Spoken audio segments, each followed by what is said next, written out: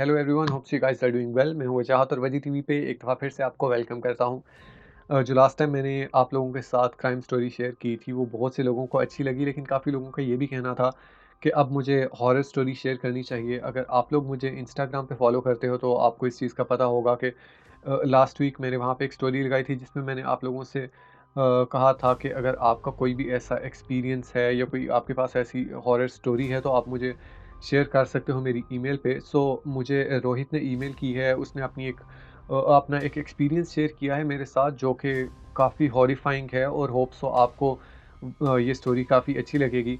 सो मज़ीद टाइम ज़ाया किए बगैर वीडियो को शुरू करते हैं।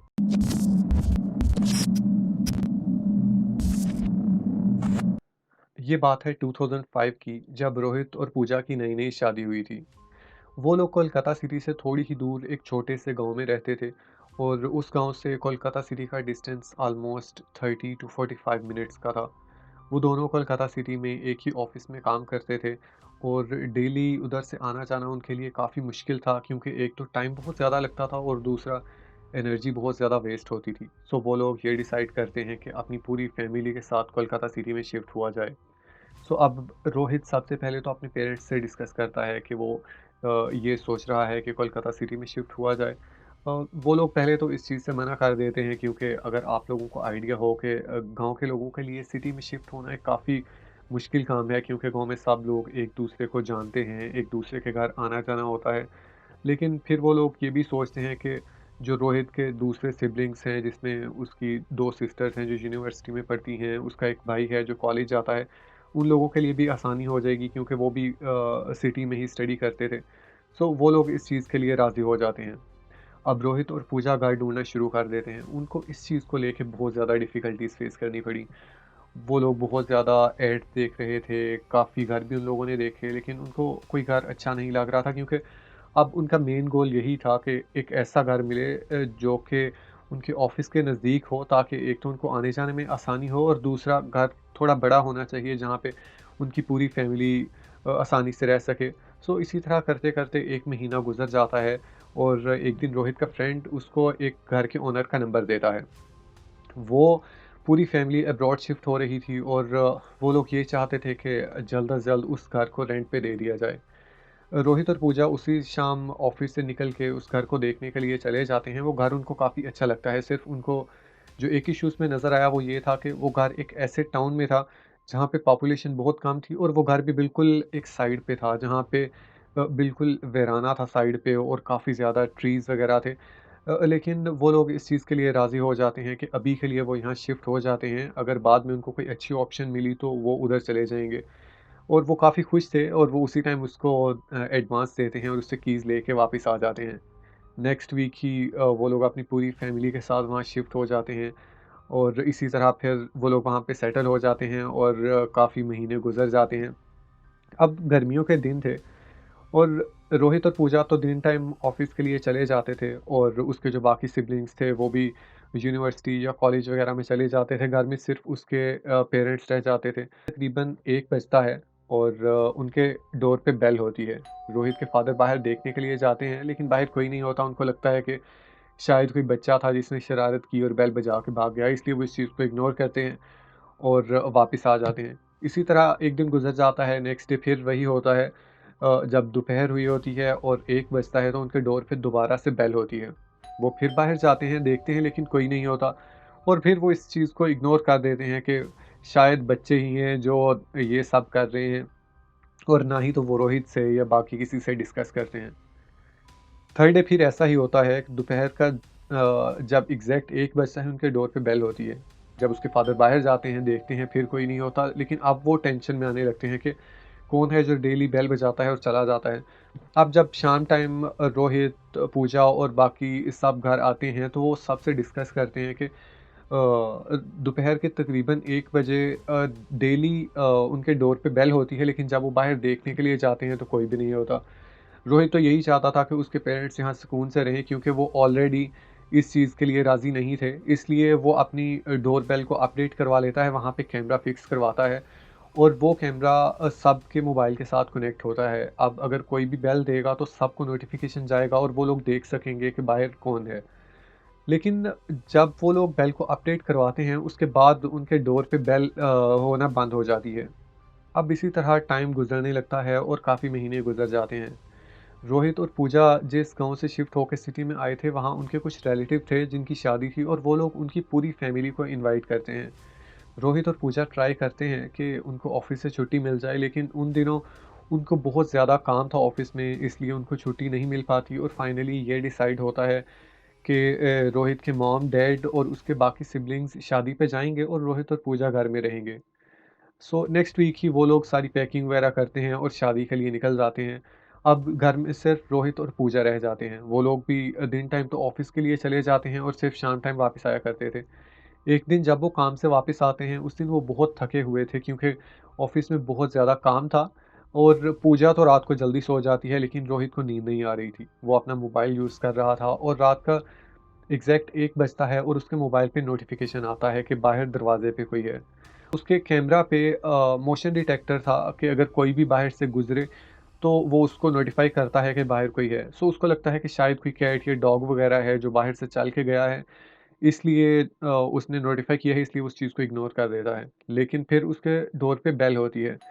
वो अपने मोबाइल की एप्लीकेशन ओपन करता है और देखता है कि बाहर एक लड़की खड़ी है जो कि काफ़ी डरी हुई है और उससे कह रही है कि उसको अंदर आने दिया जाए, क्योंकि कुछ लड़के उसका पीछा कर रहे हैं और वो उसको मार देंगे। वो उसे कहता है कि वो पुलिस को कॉल करता है ताकि वो लोग आएँ और उसकी हेल्प करें। लेकिन वो लड़की उसको इंसिस्ट करती है कि नहीं, उसको अंदर आने दिया जाए, वरना वो लोग उसको आके मार देंगे और वो लोग अब बिल्कुल नज़दीक होंगे। इसलिए अब रोहित उठता है, शर्ट वगैरह पहनता है, बाहर जाने लगता है, लेकिन उस टाइम तक पूजा की भी आँख खुल जाती है और वो उससे पूछती है कि वो कहाँ जा रहा है। वो उसे बताता है कि बाहर एक लड़की है। लेकिन जब पूजा अपने मोबाइल पे एप्लीकेशन खोल के देखती है तो वहाँ कोई भी नहीं होता। इस चीज़ को देख के अब रोहित भी काफ़ी हैरान था कि ये उसके साथ क्या हुआ है।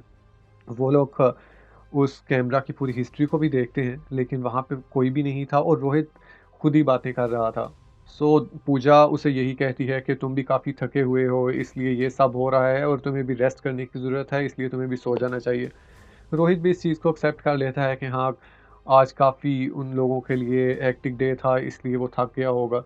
सो वो लोग इस चीज़ को इग्नोर करते हैं और सो जाते हैं। नेक्स्ट डे फिर वो लोग ऑफ़िस के लिए जाते हैं और वापस आते हैं और उससे अगले दिन वीकेंड था, इसलिए वो लेट नाइट तक जागते रहे और नेटफ्लिक्स वगैरह देख रहे थे।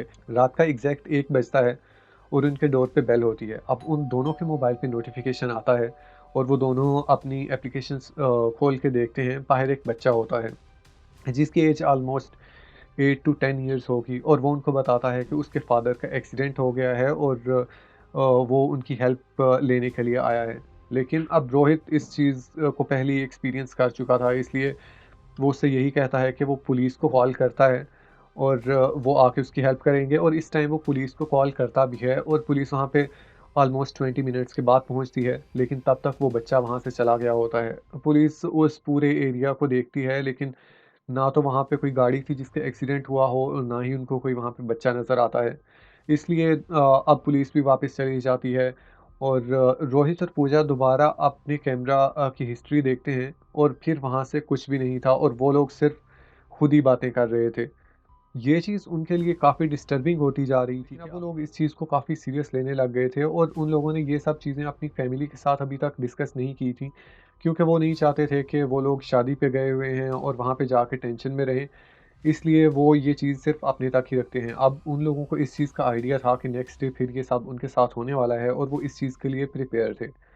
इसी तरह वो दिन भी गुज़र जाता है और रात होती है, रात के तकरीबन 1 बजते हैं और उनके डोर पे बेल होती है। उन दोनों के मोबाइल पे नोटिफ़िकेशन भी आता है, वो दोनों मोबाइल एप्लीकेशन को ओपन करते हैं और देखते हैं कि बाहर एक पुलिस वाला खड़ा है और ये वही पुलिस वाला था जो कि 1 दिन पहले उनके घर में आया था। वो उनसे कहता है कि वो उस केस के बारे में उनको अपडेट देने के लिए आया है। अब रोहित भी इस चीज़ को लेके काफ़ी टेंशन में था कि इतनी रात को आखिर पुलिस वाला क्या लेने के लिए आया है। वो पूजा से कहता है कि वो ऊपर जाके विंडो से देखे कि आखिर ये लोग बेल बजाने के बाद किधर जाते हैं और वो खुद नीचे डोर के बाहर जाके खड़ा हो जाता है और उससे बातें करने लग जाता है। लेकिन अचानक वो सुनता है कि पूजा ने ज़ोर से चीख मारी है। वो भागता हुआ ऊपर जाता है और देखता है कि पूजा की आँखें फुली वाइट हो चुकी थी। उसके आईबॉल्स ऊपर मूव कर गए हुए थे और वो बार-बार यही कह रही थी कि उसकी आँखों में कुछ था, उसे अंदर आने दो। वो एक दफ़ा आराम से कहती है, लेकिन आहिस्ता-आहिस्ता वो बहुत ज़्यादा एग्रेसिव हो जाती है। रोहित उसे पकड़ के झंझोड़ता है और अब वो होश में आती है, लेकिन अब वो बहुत थक चुकी थी और वो बेड पे जाती है और सो जाती है। रोहित उसको उठाता नहीं है और वो खुद भी सो जाता है और पुलिस वाला भी उस टाइम तक चला गया हुआ था। लेकिन जब रोहित सुबह उठता है और देखता है कि पूजा रूम में नहीं है, वो नीचे जाता है और देखता है कि बाहर का दरवाज़ा खुला हुआ है। वो उसे कॉल करने की भी कोशिश करता है, लेकिन उसका नंबर बंद जा रहा था।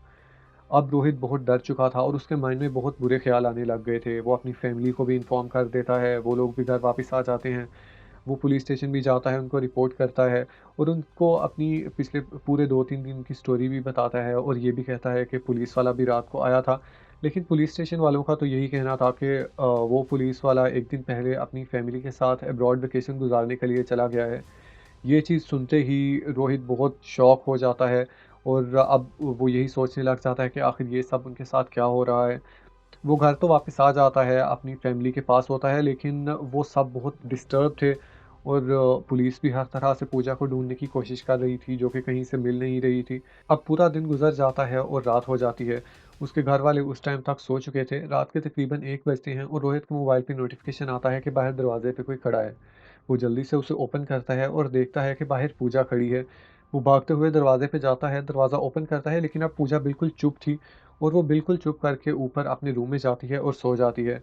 रोहित भी उसे डिस्टर्ब नहीं करता और वो यही वेट करता है कि जब वो सुबह उठेगी तो वो उससे सब कुछ पूछ लेगा। लेकिन जब वो लोग सुबह उठते हैं और पूजा से इस चीज़ के बारे में पूछते हैं तो उसे कुछ भी याद नहीं था। वो उनसे यही कहती है कि वो अपने रूम में सो रही थी और उसके साथ ऐसा कुछ भी नहीं हुआ। उसे इवन ये भी याद नहीं था कि उनके डोर पे जो बेल होती थी। इस चीज़ को सुनते ही रोहित तो बहुत ज़्यादा डिस्टर्ब था और उसके पास कोई एविडेंस भी नहीं था कि वो किसी को दिखा सके, क्योंकि कैमरा की हिस्ट्री में कुछ भी ऐसा नहीं था।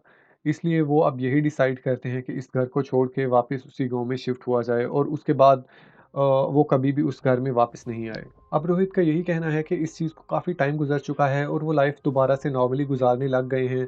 उन लोगों ने अपना बिज़नेस शुरू कर लिया है और आजकल वो वहीं पे बिज़ी होते हैं, लेकिन जब भी वो इस चीज़ के बारे में सोचता है तो काफ़ी डिस्टर्ब हो जाता है।